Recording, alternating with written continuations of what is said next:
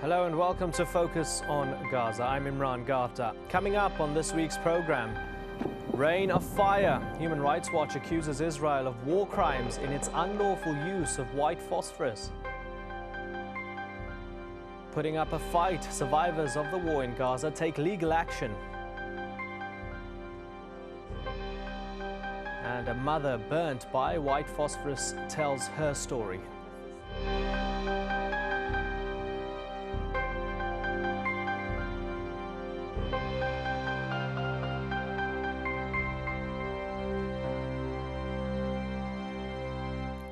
It's been a week of clashes, coalitions and casualties. Tear gas and water cannons dispersed Israeli right-wing demonstrators in the Arab-Palestinian town of al-Fahm in northern Israel. Police officers and protesters were injured in the scuffles. Israel's Labour Party agreed to join a coalition led by Prime Minister-designate Benjamin Netanyahu. And as he forms a cabinet, Bibi promises peace with the Palestinians. And 2 young boys were killed instantly when an unexploded ordnance left over from the war detonated in their local GAZAN neighborhood of Zaytun. Legal and moral scrutiny of the war on Gaza has intensified yet again, this time over the use of weaponry. The chemical white phosphorus can legally be used by an army for tactical purposes, for example as a smokescreen.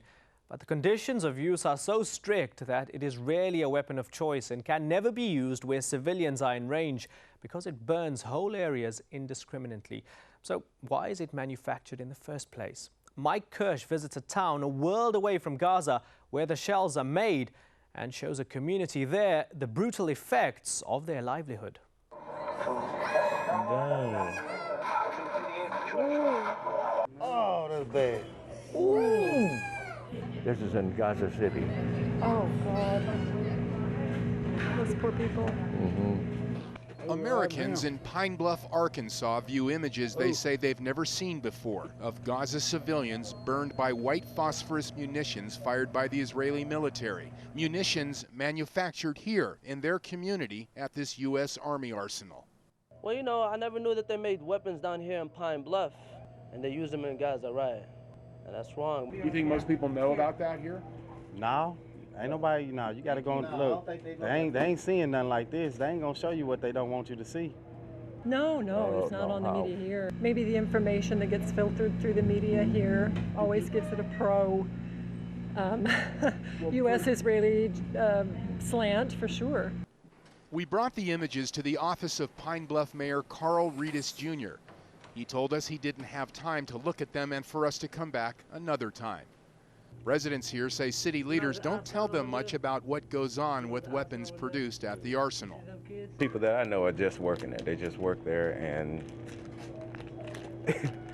they don't know that this goes on. Officials here at the arsenal were not available for comment on this issue. However, we did talk with several employees off camera who said they cannot be held responsible for how weapons made here are used by the Israeli military.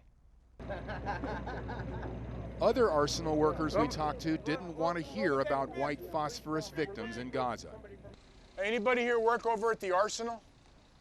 Nobody? I do. You work at the arsenal, sir? No. My name's Mike Kirsch. I'm a television reporter with Al Jazeera English television out of Washington, D.C. You know, the white phosphorus weapons have been burning these kids. Huh?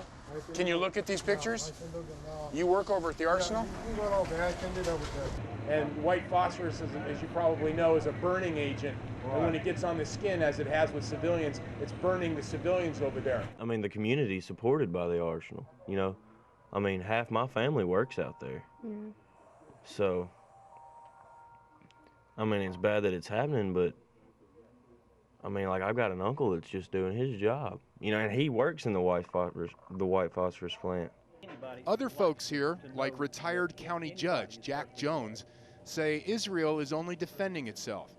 Some of the people in that Gaza Strip that are Al-Qaeda and whatever, Hamas, they will run these people, these kids and everybody else out in front of them and use them as a shield.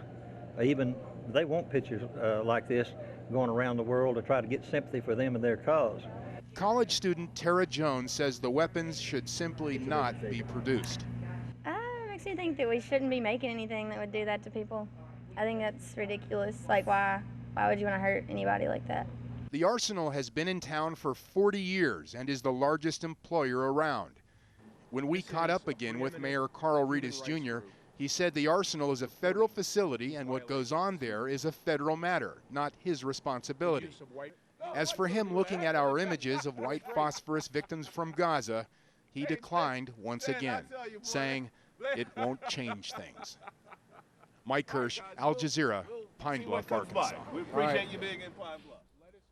Israel's conduct during the war is the subject of an incriminating report from Human Rights Watch.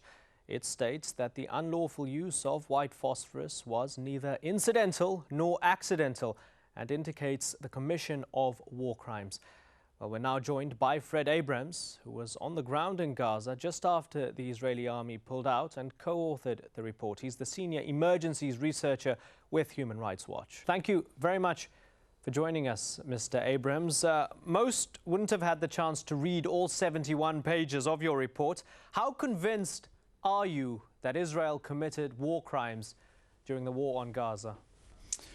In my view, it's indisputable. We spent the time on the ground doing the research, speaking with multiple witnesses and visiting the sites, and it's the ballistics evidence that's very powerful for us. We found the white phosphorus shells, we found the canisters, we found the wedges, which were still burning in some places up to a week after, and we found them not just in open areas, which is a legal use, but in residential areas. They hit the Al-Quds hospital, they hit the UN school in Beit Lahia, they hit the UNRWA compound, the main UN headquarters in the center of Gaza City.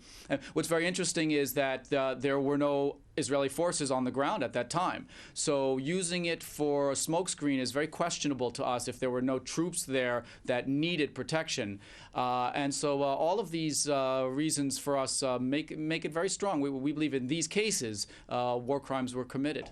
The Israeli army says, and I quote, "The claim that smoke shells were used indiscriminately or to threaten the civilian population is baseless." Essentially, they're saying that you're lying. Well, I have a hard time taking the Israeli position on this seriously because during the conflict, they denied that white phosphorus was even being used.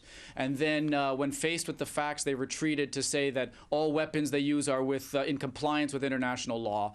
Now they claim that they are going to investigate. So they don't have a good track record on speaking openly about this issue.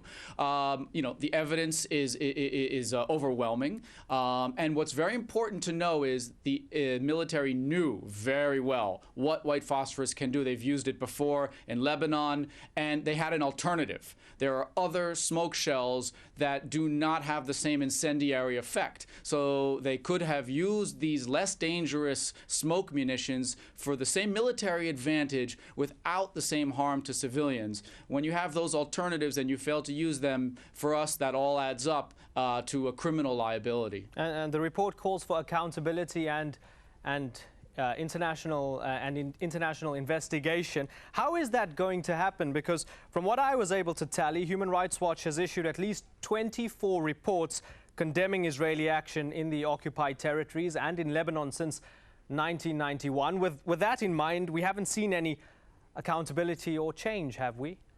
In my view, the IDF, the Israeli military, has been infected by a culture of impunity.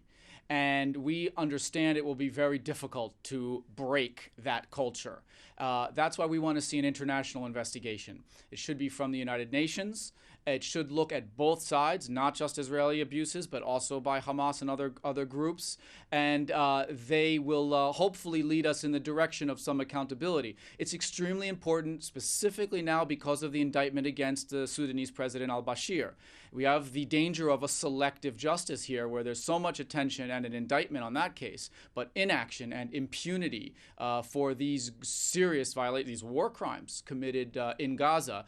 And that's why not only for the civilians of Gaza, the citizens of Gaza, but also around the region and the world, there must be a depoliticized implementation of justice and the rule of law. Fred Abrams, we thank you very much for your time. One family hopeful for an outcome are the Samounis. During the war on Gaza, Al Jazeera reported on the deaths of more than 24 of their family members. Now the Samounis and more than 100 other Gazan families are gathering evidence against Israel's handling of the war and taking their cases to Israeli courts. We followed them in the first step of their legal battle. Shireen Tadros has more. The first time Al Jazeera met the Samounis, they had just escaped their homes, surrounded by Israeli tanks. But not all of them had got out. We spoke to the trapped members on the phone. Panicked and distraught, they said their relatives were bleeding to death and the soldiers had trapped them all inside the house. It took another 3 days for paramedics to get Israeli permission to rescue the family members. Abdullah Samouni spent those days next to the dead bodies of his 14-year-old sister Riz'a and 13-year-old brother Faris.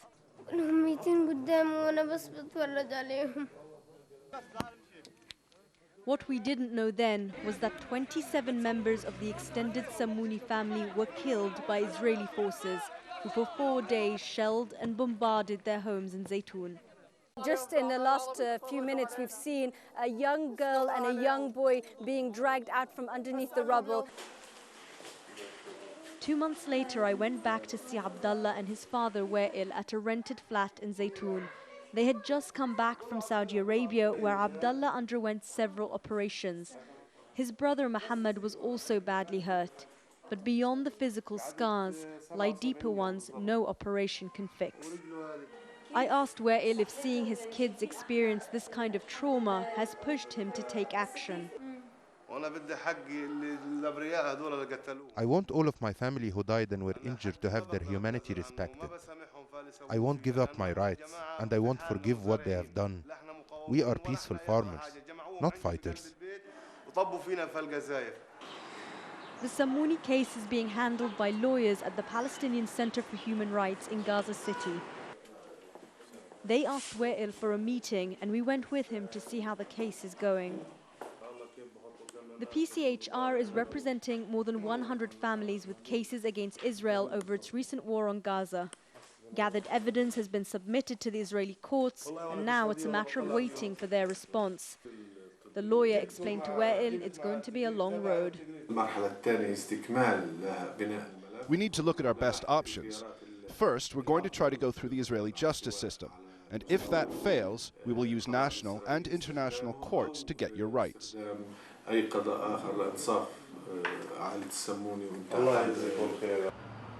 In recent weeks, pressure has been building up for Israel to be investigated for war crimes. From the United Nations, human rights groups, and even from within the Israeli army itself. Some Palestinian groups are cautiously optimistic. If there is a political will by the international community, we believe that we will succeed to bring all of these war criminals to the international courts. The Samounis say they're not looking for financial compensation, but for the soldiers who took part in the Zaytun operation to be held to account. And if that is too much to hope for, they at least want the world to remember what Israel did to them. They will never be allowed to forget. Shireen Tadros, Al Jazeera, Gaza. After the break, the former legal head of the Israeli army explains their code of conduct, and we meet a mother left burnt and bereaved by a white phosphorus attack on her village.